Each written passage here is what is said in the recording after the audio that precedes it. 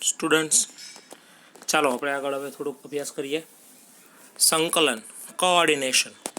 લાસ્ટના લેક્ચરની અંદર સંચાલનના 5 કાર્યો: આયોજન, વ્યવસ્થાતંત્ર, કર્મચારી વ્યવસ્થા, દોરવણી, અને અંકુશ. હવે એક કાર્ય નવું લઈએ છીએ, સંકલન, કોઓર્ડિનેશન.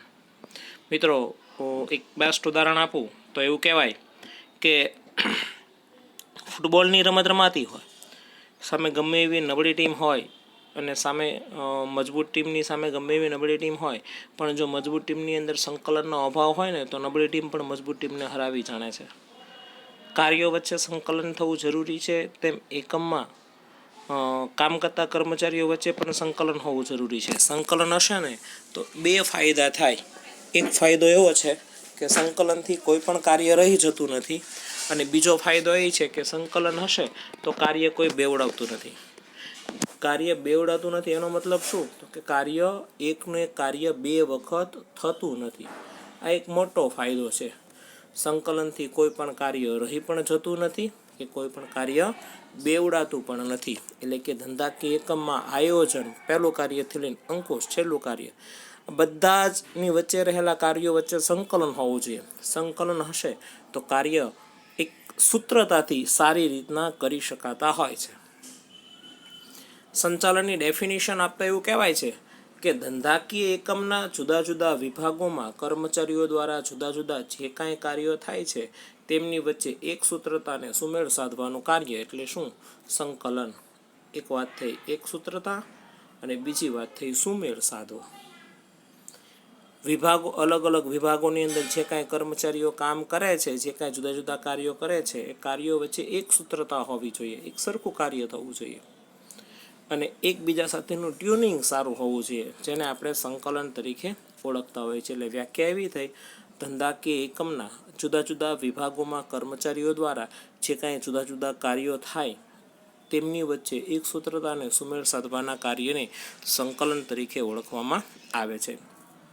આ 1 માર્કના પ્રશ્નમાં પૂછાય. હવે પછી આગળનો જે ટોપિક છે જેમાં સંચાલન વિશે લાક્ષણિકતા આપો.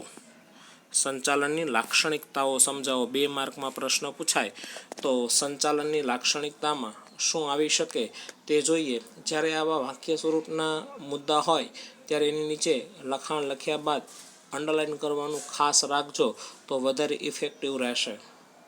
આયોજનથી અંકુશ સુધી દરેક કાર્ય કરતી વખતે સંકલન જરૂર પડે છે. તેથી સંચાલનની પ્રક્રિયા કોના વગર શક્ય નથી? તો કે સંકલન વગર શક્ય નથી.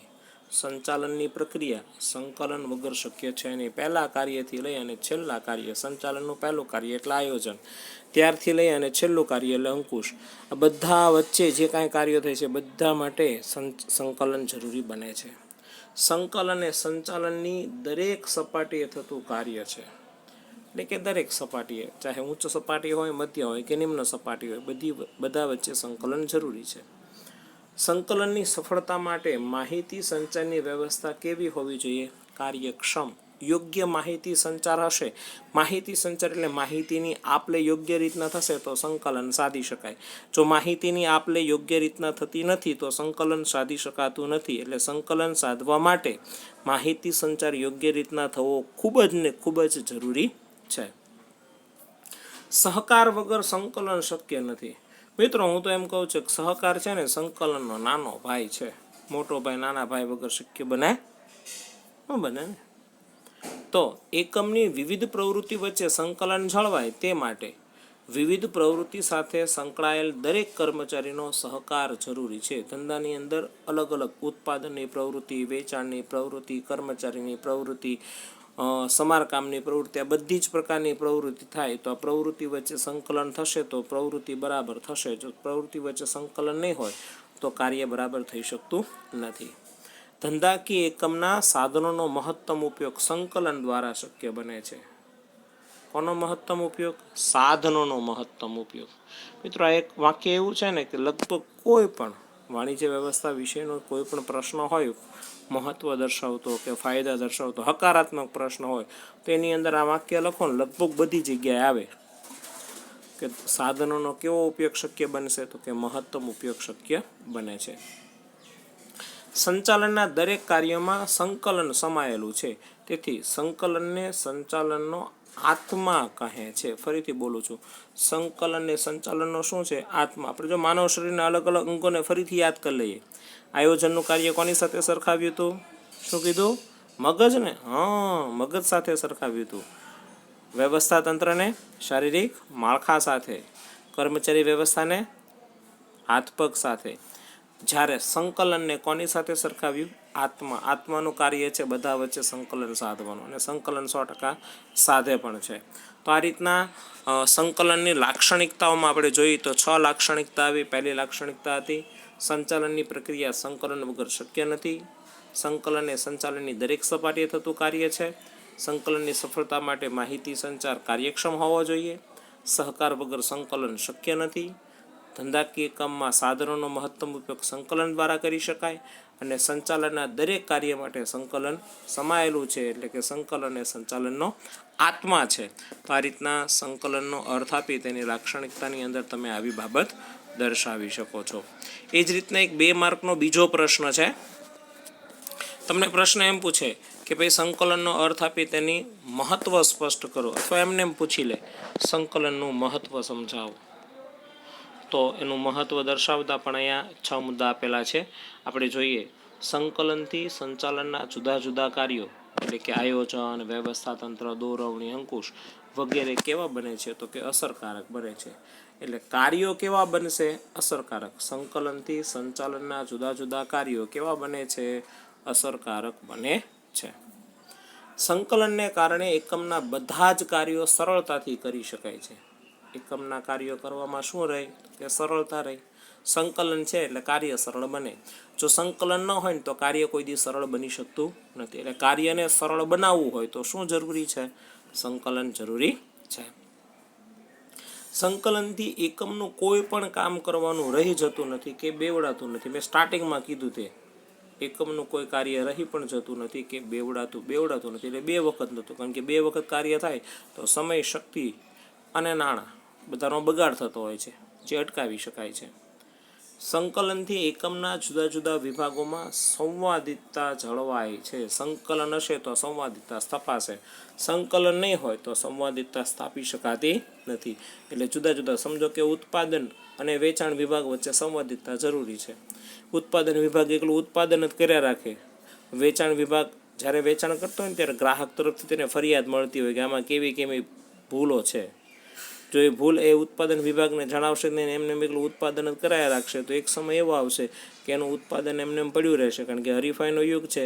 બીજા લોકો પાસેથી લોકો ખરીદી લેશે અને આ એકમને નુકસાન જવાની સંભાવના રહેલી છે. માટે એકમના વિવિધ વિભાગોના કાર્યોને તેમના ક્રમ, સમય વચ્ચે સમતોલા જાળવવાનું કાર્ય સંકલનને લીધે શક્ય બને છે. વિવિધ વિભાગોના કાર્યને ક્રમ અને સમય વચ્ચે સમતોલા જાળવવા માટે પણ સંકલન જરૂરી છે. કારણ કે ચોક્કસ પ્રકારના કાર્યો ચોક્કસ સમય અને ચોક્કસ ક્રમમાં થાય ને તો જ એ સારું લાગે અને તો જ એ યોગ્ય ઠરે છે. એનાથી જ ધ્યેયો સિદ્ધ થઈ શકતા હોય છે. સંકલનને લીધે એકમના નક્કી કરેલા હેતુઓને શું કરી શકાય છે? સિદ્ધ કરી શકાય છે. સંકલન છે તો એકમના હેતુઓ સિદ્ધ કરી શકાશે. જો સંકલન નહીં હોય તો એકમના હેતુને સિદ્ધ કરવાનું કાર્ય મુશ્કેલ બનશે. તો આ રીતના ધંધાકીય એકમના હેતુઓને સિદ્ધ કરવા માટે પણ સંકલન જરૂરી છે. તો આ રીતના સંકલનના મહત્ત્વની અંદર આપણે જોયું તેમ પહેલા મુદ્દામાં સંચાલનના જુદા જુદા કાર્યો અસરકારક બને છે. સંકલનને લીધે એકમના બધા જ કાર્યો સરળતાથી કરી શકાય છે. સંકલનથી કોઈ પણ કાર્ય રહી પણ જતું નથી કે બેવડાતું પણ નથી. સંકલનથી એકમના જુદા જુદા વિભાગોમાં સંવાદિતતા જળવાય છે. કાર્યોને તેના ક્રમ અને સમય વચ્ચે સમતોલા જાળવવા માટે પણ સંકલન જરૂરી છે. અને સંકલનને લીધે એકમના નક્કી કરેલા હેતુઓ સિદ્ધ કરી શકાય છે. તો આ રીતના વાત થઈ સંકલન વિશેની. સંકલનનો અર્થ, તેની લાક્ષણિકતા અને તેનું મહત્ત્વ. મિત્રો, સંચાલનના કાર્ય વિસ્તારો 4 છે. પહેલાં આપણે પાઠની અંદર શરૂઆતમાં આપણે વાત જે કરી, વૈયક્તિક માલિકીની પેઢી, ભાગીદારી પેઢી, કંપની સ્વરૂપ, પછી ધીરે ધીરે કંપની સ્વરૂપની અંદર જેમ જેમ પ્રશ્નો આવ્યા તેમ સંચાલનને લગતા પ્રશ્નોની શરૂઆત થઈ. એ સંચાલન વિશેની વાત કરી. પછી બીજા ભાગની અંદર આપણે વાત કરી સંચાલનના કાર્યો વિશેની, સંચાલનના સપાટી વિશેની વાત કરી. સપાટીનું કામ પૂર્ણ થયા પછી સંચાલનના કાર્યો વિશેની વાત કરી. હવે આવે છે સંચાલનના કાર્ય વિસ્તારો, એટલે કે એનું ફંક્શનલ એરિયાઝ ઓફ મેનેજમેન્ટ. આ એના કાર્ય વિસ્તારો શું છે એ કાર્ય વિસ્તારો આપણે જે જોવાના છે, જેમાં જોઈએ તો સૌથી પહેલાં આવે છે બજારીય સંચાલન, માર્કેટિંગ સંચાલન જેને કહીએ છીએ તે. ત્યારબાદ આવે છે માનવ સંસાધન સંચાલન. તો માનવ સંસાધન સંચાલન આપણે હ્યુમન રિસોર્સ મેનેજમેન્ટ તરીકે ઓળખીએ છીએ. ત્યારબાદ આવે છે નાણાકીય સંચાલન, ફાઇનાન્શિયલ મેનેજમેન્ટ. અને ત્યારબાદ આવે છે ઉત્પાદન સંચાલન, પ્રોડક્શન મેનેજમેન્ટ. તો આ રીતના 4 કાર્ય વિસ્તારો આપણે જે જોવાના છે. તો એમાં સૌથી પહેલાં આપણે જોઈએ સંચાલનના કાર્ય વિસ્તારો જે છે તેના વિશેની વાત આપણે કરીએ. તો સંચાલન એક માર્કના પ્રશ્ન તરીકે પૂછાય, સંચાલનના કાર્ય વિસ્તારો કેટલા છે, કયા કયા 4 કાર્ય વિસ્તારો, હમણાં આપણે જે નામ કીધું તે પ્રમાણે. કોઈ પણ વસ્તુનું કેટલું ઉત્પાદન કરવું તે જાણકારી માંગ આધારિત છે. માંગ વગર ખબર પડશે નહીં કે આપણે કેટલું પ્રોડક્શન કરવું છે.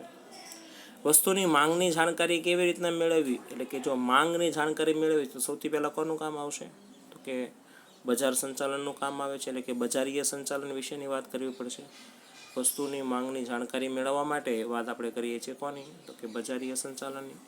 માંગ પ્રમાણે ઉત્પાદન માટે કેટલા નાણાંની જરૂર પડશે, નાણાંની જરૂર પડી, એટલે કે નાણાકીય સંચાલનની વાત કરવી પડશે.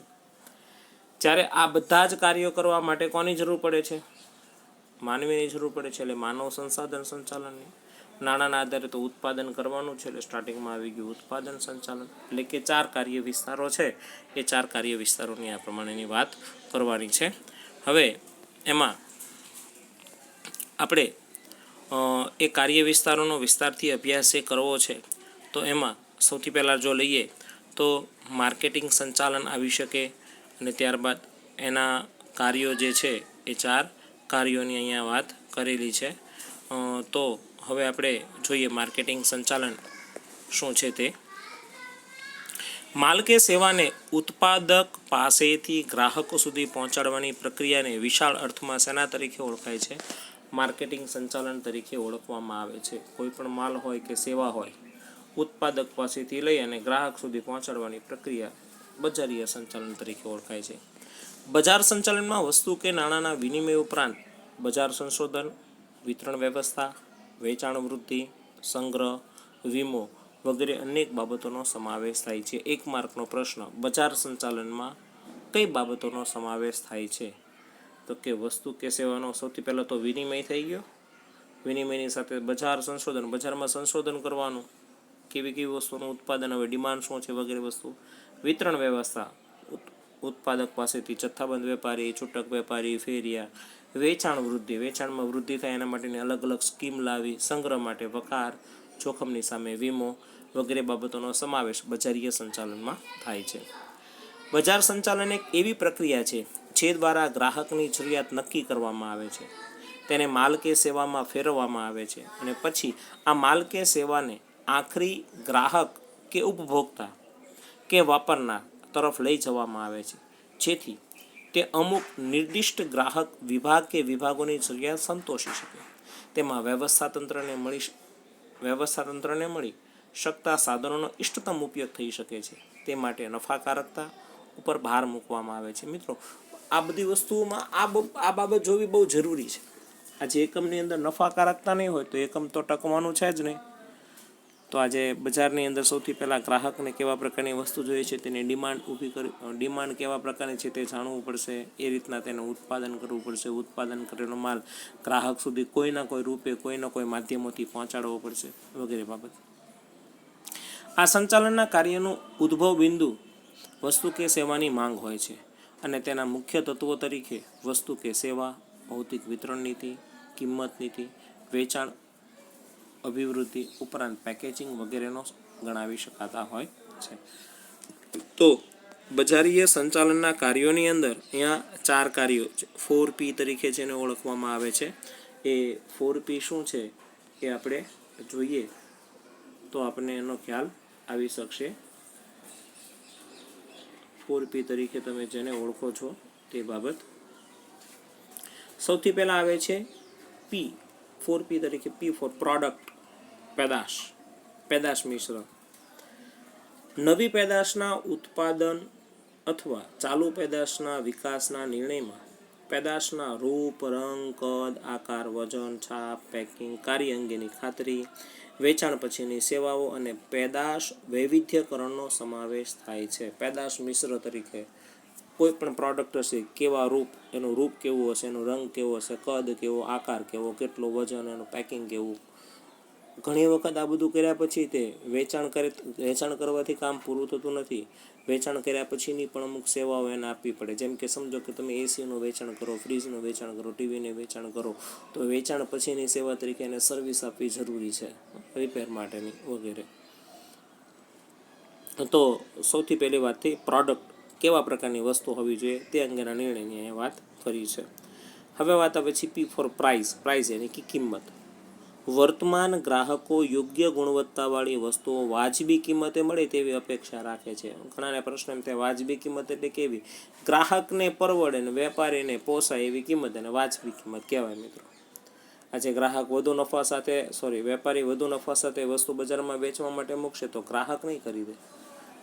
આજનો ગ્રાહક બહુ જાણકાર છે, 7 જગ્યાએ ભાવ પૂછીને તમારે આવેલો હોય, તમે એને છેતરી શકતા નથી. તેથી પેદાશની કિંમત નક્કી કરતી વખતે ખૂબ કાળજી લેવી જોઈએ. કિંમત અંગેના નિર્ણયમાં 1 માર્કનો પ્રશ્ન કઈ બાબતનો ધ્યાનમાં લેવામાં આવે છે?